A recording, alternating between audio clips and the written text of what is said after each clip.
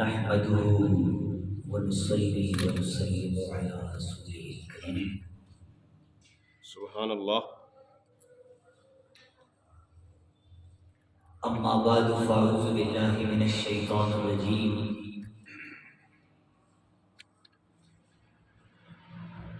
بسم الله الرحمن الرحيم.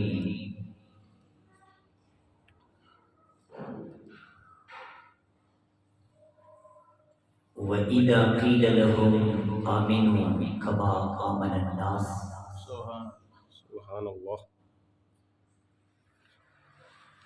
وأيضا قال الله تبارك وتعالى: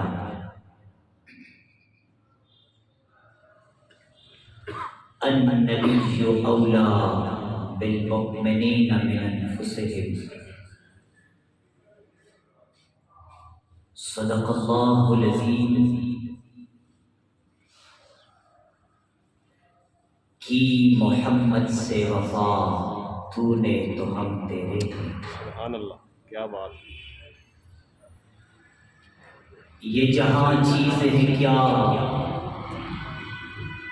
لوح و قلم تیرے ہیں.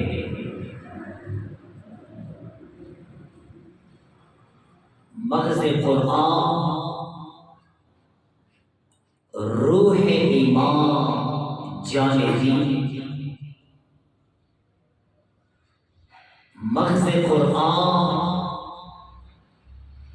روح ایمان جان دین. حسب حب رحمت للعالمین. قال اللہ تبارک و تعالی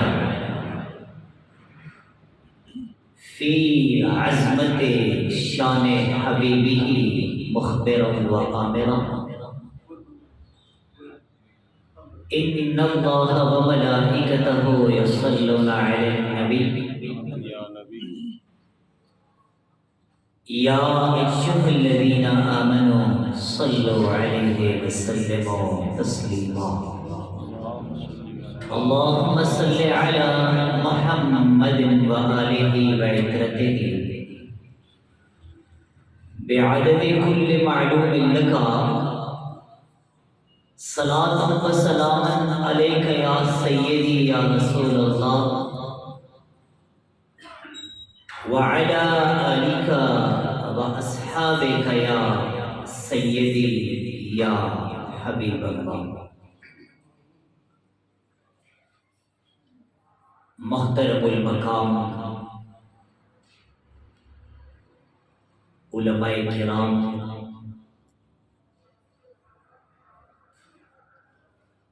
معززین علاقہ،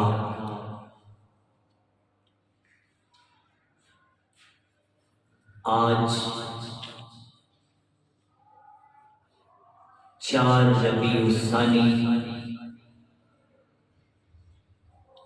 1445 ہجری ایک بابرکت دن ہے. ربیع الاول شریف کے بعد ربیع الثانی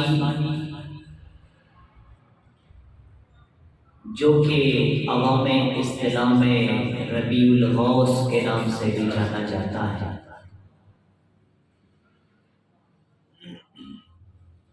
ان مبارک دنوں میں، ان مبارک گھڑیوں میں، اور بالخصوص جمعۃ المبارک کی اس بہترین سال میں دعا گو ہیں اللہ تعالیٰ ہم سب کا حامی اور ناصر ہو، اور دنیا کے چند دنوں میں ہمیں وہ ایمان نصیب ہو جو ایمان کے لذت صحابہ کرام رضوان اللہ تعالی علیہم اجمعین کو ملی. سبحان اللہ. سامعین، ہم ایک ایسی زندگی اس معاشرے میں گزارتے ہیں جو ہماری ایکسٹرنل لائف، جس کے اندر ہم اپنی زندگی کے تمام پہلوؤں میں کوالٹی چیک کرتے ہیں اور ہر وہ چیز استعمال کرتے ہیں جو ہماری نظروں میں بیسٹ کوالٹی کا ہو۔ آپ لباس دیکھیں تو ہر ایک کی خواہش ہوتی ہے کہ وہ بیسٹ کوالٹی کا لباس ہے۔ ہم شوز دیکھیں، ہر ایک کی تمنا ہوتی ہے کہ وہ بھی بیسٹ کوالٹی والے ہیں۔ ہم جو رہائش رکھتے ہیں، ہماری پھر بھی خواہش ہوتی ہے کہ بیسٹ کوالٹی والی ہو۔ ہم جو گاڑی رکھنا پسند کریں گے اس میں بھی بیسٹ کوالٹی، کھانوں میں بیسٹ کوالٹی۔ یہ ہماری ایکسٹرنل لائف ہے، لیکن انٹرنل لائف کے اندر کبھی ہم نے یہ بھی سوچا کہ ہمارے ایمان کی کوالٹی کیسی ہونی چاہیے، کیسا ایمان ہونا چاہیے؟ تو ہمارے پاس وہ کون سا آلہ ہے، وہ کون سا پیمانہ ہے جس کو سامنے رکھ کر ہم نے اپنے ایمان کو جانچنا ہوگا، ہم نے اپنے ایمان کو دیکھنا ہوگا کہ کیا ہمارا جو ایمان ہے اس کی کوالٹی کون سی کوالٹی ہے؟ آیا وہ ایمان رب کریم کی بارگاہ میں مقبول ہے یا نہیں؟ تو ہم نے کون سا معیار لینا ہے، کون سی ترازو لینی ہے، کون سا پیمانہ لینا ہے جس کے اندر ہم اپنے ایمان کو دیکھ لیں؟ تو سامعین، رب کریم نے قرآن کریم کے اندر فرمایا وَإِذَا قِيلَ لَهُمْ آمِنُوا، اور جب ان سے کہا جاتا ہے کہ ایمان لاؤ، لیکن کس طرح ایمان لے آؤ؟ رب کریم فرماتا ہے کما آمن الناس، ایسا ایمان لاؤ جیسا ایمان صحابہ کرام لے کے آئے۔ سبحان اللہ۔ آمن الناس، مفسرین لکھتے ہیں کہ ناس اگرچہ کامن ورڈ ہے قرآن کے اندر، جب آ جائے یا ایھا الناس، اس میں تمام ابن آدم شامل ہوتے ہیں، لیکن جب ایمان کسی کو ملا، پھر عہد نبوی میں جس کو ایمان ملا، تو رب کریم فرماتا ہے کما آمن الناس، ارے ایمان ایسا لے آؤ جس طرح صحابہ کرام ایمان لائے ہیں۔ تو ہمیں صحابہ کرام وہ معیار ہے، وہ ایز اے رول ماڈل ہیں اپنے ایمانوں کے جانچنے کے لیے، اپنے ایمان کی کوالٹی چیک کرنے کے لیے۔ ہمیں تب پتا چلے گا جب ہم اپنے ایمان کو ٹیلی کریں گے صحابہ کرام کے ایمان کے ساتھ۔ اس لیے حضور سرکار دو عالم صلی اللہ علیہ وآلہ وسلم نے فرمایا اصحابی کالنجوم، میرے صحابہ ستاروں کی مانند ہے، فَبِأَيِّهِمْ مُقْتَدَیتُمْ اهْتَدَیتُمْ، بس تم نے جس صحابی کی اقتدا کی تم نے ہدایت پائی۔ کیا مطلب؟ ایسا ایمان لاؤ جیسا ایمان صدیق اکبر کا ہے، سبحان اللہ، ایسا ایمان لاؤ جیسا ایمان عمر فاروق کا ہے، اور ایسا ایمان لاؤ جیسا ایمان عثمان غنی ذوالنورین کا ہے، اور ایسا ایمان لاؤ جیسا ایمان مولائے کائنات شیر خدا کا ہے، اور ایسا ایمان لاؤ جو ہزاروں صحابہ کرام کا ایمان ہے۔ کیوں؟ ان کے پاس وہ ایمان تھا کہ جس ایمان کے اندر وفا کوٹ کوٹ کر بھری ہوئی تھی، اس ایمان کے اندر عشق مصطفیٰ کوٹ کوٹ کر بھرا ہوا تھا۔ اگر میں سمپل انداز میں بتا دوں کہ ایمان نام کس کا ہے تو سامعین، ایمان اگر دیکھا جائے تو ایمان نام ہے وفا کا، ایمان نام ہے عشق مصطفیٰ کا، سبحان اللہ، اور جس کے دل میں جتنی وفا ہوگی حضور کے ساتھ، جتنا عشق ہوگا حضور کے ساتھ، سبحان اللہ، ویسا اتنا ایمان مضبوط ہوگا، کوالٹی والا ہوگا۔ ہم جب ایمان کی کوالٹی دیکھیں گے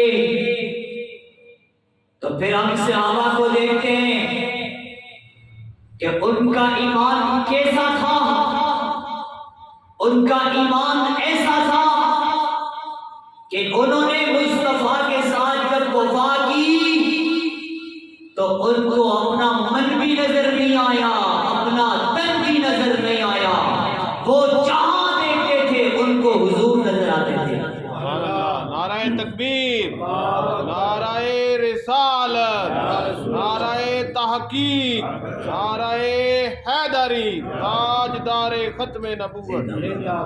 اس لیے اقبال فرماتے ہیں کہ محمد سے وفا تو نے تو ہم تیرے ہیں، یہ جہاں چیز ہے کیا لوح و قلم تیرے ہیں۔